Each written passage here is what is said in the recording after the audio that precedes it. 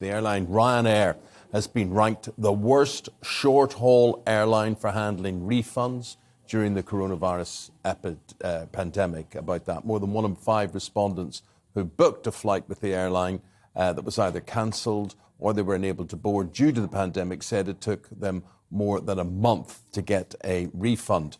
Which magazine who carried out the survey said Ryanair's consistently terrible customer service has made it a fixture amongst the worst performers in our surveys for many years. But the airline plumbed new depths with its handling of COVID refunds. The travel editor of The Independent, Mr. Simon Calder, joins us now. You know, Simon, it's almost as if they relish the abuse.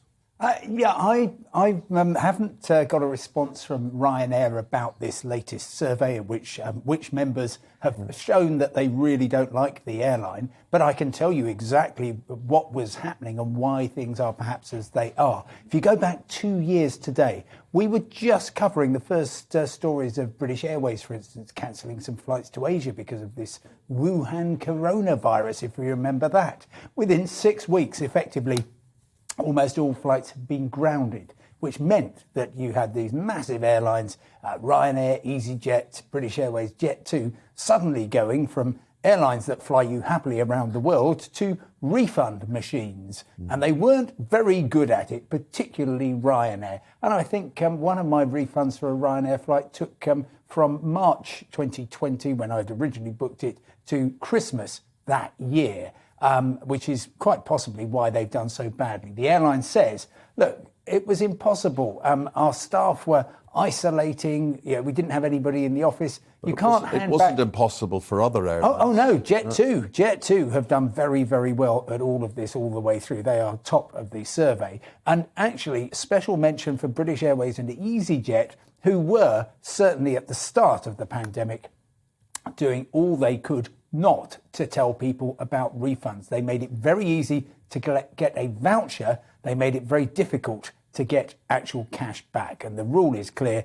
If the airline cancels your flight, you are due cash back within a week. In some cases, it took many months. The call centres involved with these airlines, I mean, that is the real problem. How they are staffed, how they are managed, and the frustrations. I mean, the horror stories we hear. People hanging on for hours and then Ryanair hanging up on them or passing them to someone else or whatever. Do people forget that? That's the thing. I mean, often I would remember that and that would be my business finished. But I suppose money talks. And if you get a flight at 50 quid, then you're in there again, aren't you? What do you want from your flight? You want it to be safe. Ryanair is the safest airline in the world in terms of the number of passengers flown without a single fatality in an accident. You want it to be on time and you want it to be good value. And they do tend to have the lowest fares. Certainly not always, but I've, for instance, just been out to the fine city of Derry Airport in Northern Ireland. Previous time I went there, I went on Ryanair. I paid about 30 quid. This time I went on a different airline and it was nearly £200. So incredible. So people will tend to vote, to the airline that is providing the service at the lowest cost. And yes, there are, considering this is Europe's biggest budget airline, to have so many people who tell me anecdotally, I would never fly on Ryanair. That's not going to do them any good, but they're betting, and they've just said that they're going to be carrying within 5 years, they'll be carrying 255 million people a year.